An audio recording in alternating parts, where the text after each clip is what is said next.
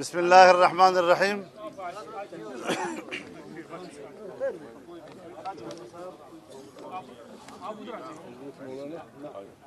آج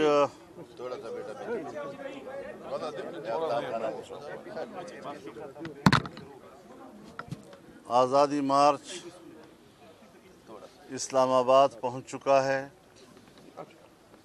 اور اس کے مناظر آپ نے بھی دیکھے، پوری قوم نے بھی دیکھے۔ پاکستان کی تمام سیاسی قیادت ایک سٹیج پر پوری قوم کو نظر آئی۔ اس یکجہتی کو میں خوش آمدید کہتا ہوں۔ ابھی جو ہم آپس میں بیٹھے ہیں، اسلام آباد پبلک کا آنا، اتنی بڑی تعداد میں آنا، اس پرجوش انداز میں آنا، اس ساری صورتحال پر جو تاثرات ہیں، ان تاثرات کو شیئر کرنے کے لیے ایک گیٹ ٹوگیدر تھا۔ رات ہیں ان تاثرات کو شیئر کرنے کے لیے ایک گیٹ ٹوگیدر تھا، ہمارا حال احوال تھا، اور اس حوالے سے سب نے خراج تحسین پیش کیا، اپنی انتہائی خوشی کا اظہار کیا۔ کامیاب ترین اور تاریخی آزادی مارچ پر ایک دوسرے کو شاباش دی اور کارکنوں کی حوصلہ افزائی کی۔ اس کے ساتھ ہی جو تمام اکابرین کے سامنے نوٹس میں لائی گئی، وہ آج ISPR کا بیان ہمیں نہیں معلوم کہ انہوں نے کس بنیاد پر یہ بیان دیا ہے۔ وہ تو فوج کا ادارہ ہے اور فوج کے نمائندے ہیں۔ یہ بیان تو کسی سیاستدان کو دینا چاہیے تھا۔ فوج تو غیر جانبدار ادارہ ہے، جیسے کہ انہوں نے خود بھی فرمایا ہے، اور اس کو اسی طرح غیر جانبدار ہی رہنا چاہیے تھا۔ انہوں نے اپنے اس بیان سے فوج کو جانبدار بنانے کی کوشش کی ہے، جو ہم سمجھتے ہیں کہ نہیں ہونا چاہیے۔ جب ہم اداروں کو غیر جانبدار رکھنے کی خواہش بھی رکھتے ہیں، تو پھر ہماری اس خواہش کا احترام ہونا چاہیے۔ مجھ سے پوچھا ہے انہوں نے کہ وہ بتائیں کہ ادارے سے ان کی مراد کیا ہے۔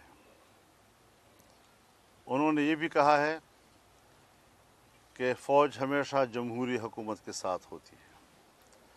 انہوں نے یہ بھی کہا ہے کہ الیکشن میں فوج نے قانونی اور آئینی کردار ادا کیا ہے۔ اب بنیادی بات یہ ہے کہ پوری قوم اس کو غیر جمہوری کہہ رہی ہے، تمام سیاسی جماعتیں اس کو دھاندلی کی پیداوار کہہ رہی ہیں۔ لہٰذا یہ کہنا کہ فضل الرحمان بتائے کہ کون سے ادارے، تو انہوں نے جو اپنے قانونی اور آئینی کردار کی بات کی ہے، تو اس نے خود ہی یہ واضح کر دیا کہ میری مراد کون سا ادارہ ہو سکتا ہے۔ لہٰذا مجھے اس کے اظہار کی ضرورت نہیں ہے، یہ خود ہی انہوں نے کہہ دیا ہے کہ اس کی مراد کیا ادارہ ہو سکتا ہے۔ اس طریقے سے وہ اپنے آپ کو انوالو نہ کریں سیاست میں، سیاست سے دور رکھیں۔ اگر انہوں نے بطور ادارہ کے کوئی غلطی ماضی میں کی ہے، تو پھر بھی ہم جب اداروں سے تصادم نہیں چاہتے، تو ISPR کے ڈائریکٹر جنرل نے کیوں فوج کے ادارے کو عوام کے ساتھ تصادم کی طرف دھکیلنے کی کوشش کی ہے۔ عمران خان جیسی حکومت کو سپورٹ کرنا، یہ میں سمجھتا ہوں کہ جمہوریت کی دنیا میں شاید اس کو کوئی پذیرائی نہیں مل سکے گی۔ اور یہی وجہ ہے کہ جب ہم دنیا میں کہیں جاتے ہیں تو ہمارے وزیر اعظم کو کوئی استقبال کے لیے باہر نہیں آیا کرتا جی۔ انتہائی لو لیول پر ان کو، اس لیے کہ وہ اس کو پبلک کا نمائندہ نہیں سمجھتے۔ لہٰذا ہم یہ سمجھتے ہیں کہ جو آج پوری قوم ہر طرف سے سمٹ کر آئی ہے یہاں پر، اس بہت بڑے احتجاج اور قومی سطح کے احتجاج اور تمام سیاسی رہبران کی موجودگی میں اس احتجاج کا احترام ہونا چاہیے، اور اس احترام میں فوری طور پر حکومت کو مستعفی ہو جانا چاہیے۔ ان بیانات سے نہ ہمارے عزائم تبدیل ہوتے ہیں، نہ ہمارے ارادے تبدیل ہوں گے، نہ ہماری تحریک تبدیل ہوگی، اور आज हमने इस बात पे इत्तेफाक किया है कि कल रहबर कमेटी का इजलास होना चाहिए और वो इजलास मुख्तलिफ ऑप्शंस के ऊपर गौर करे, तजावीज़ बनाए और फिर पार्टी रहबरान के सामने पेश करें ताकि 1-2 दिन में हम अपने आने वाले मुस्तकबिल के इक़दामात का हतमी फ़ैसला कर सकें। नहीं, कोई रब्ता। मौलाना साहब आपने आज अपने खिताब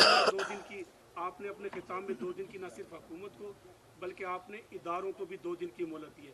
अब पूछना ये है कि उसका उन्होंने कहा कि 2 दिन में अपनी हुकूमत इदारे अपनी हुकूमत की बात की इदारे अपनी पोजीशन वाजे करें कि हुकूमत की पुष्पराई कर रहे हैं कि नहीं 2 दिन में। मैं आपसे ये पूछना चाह रहा हूँ कि उसका तरीक़ेकार क्या होगा, इदारे अपनी पोजीशन किस तरह वाजे करेंगे? वो इस तरह है, देखिए जब वो कहते हैं कि हम गैर जानिबदार हैं और चंद दिन पहले इमरान खान ने बयान दिया था कि फ़ौज मेरे पुश्त पे है, तो उनको वाज़े कर देना चाहिए था ना।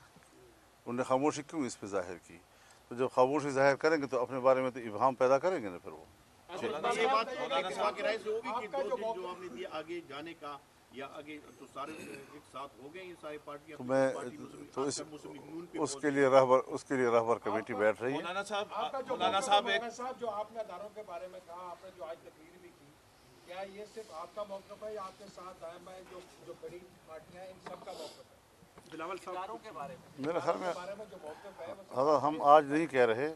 आपको याद होगा 8 अगस्त 2018 को शाहराह दस्तूर पर तमाम पार्टियों ने जो मौक़िफ़ दिया था उसका तसलसल आज इस मौजूदा आज़ादी मार्च की सूरत में बदस्तूर बरकरार। मौलाना साहब मेरा ये सवाल इस हट के इस बहस से कि आज सारी क़यादत जमा है और मुल्क एक अजीब सूरत हाल से दो चार है और इस लीडरशिप में आप के समेत आपके बुज़ुर्गों ने 1973 के आइन पर दस्तखत किए हुए हैं और उस आइन में हुकूमत की तब्दीली, वज़ीर आज़म की तब्दीली का एक तरीक़ाकार तय है। आप ये बताएं कि आप किस तरीक़ाकार पर यकीन रखते हैं और ये जो सूरत हाल है ये तसादब जमहूरियत को और इस आइन को कहाँ ले जाएगी? देखिए आप तो जी देखिए आप हुकूमत की बात कर रहे हैं और हम इलेक्शन की बात कर रहे हैं। पहले हुकूमत तो जायज़ आए, फिर आप ये सवाल करें कि जायज़ हुकूमत को हटाने का एक आईनी तरीक़ा है, उसको फॉलो किया जाए।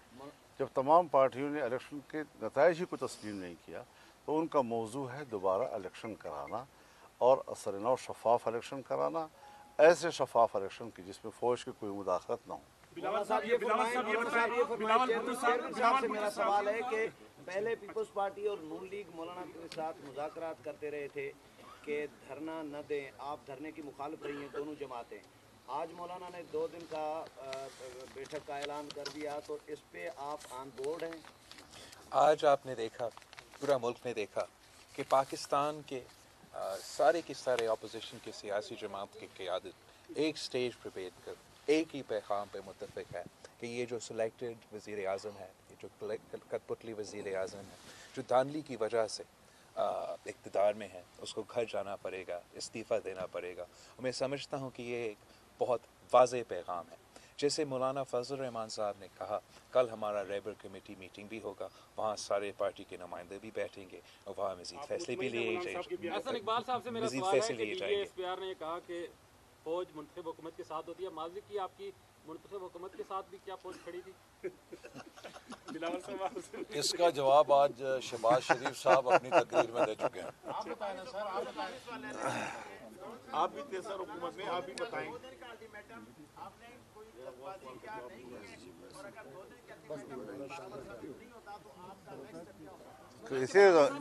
इसीलिए तो कल इजलास होगा, उसमें जो तय होगा उसको आगे बढ़ाएंगे और जो भी इस बारे में पार्टी पोजीशंस होंगी उससे आपको आगाह किया जाएगा। Thank you. Thank you. मेहरबानी बाबा।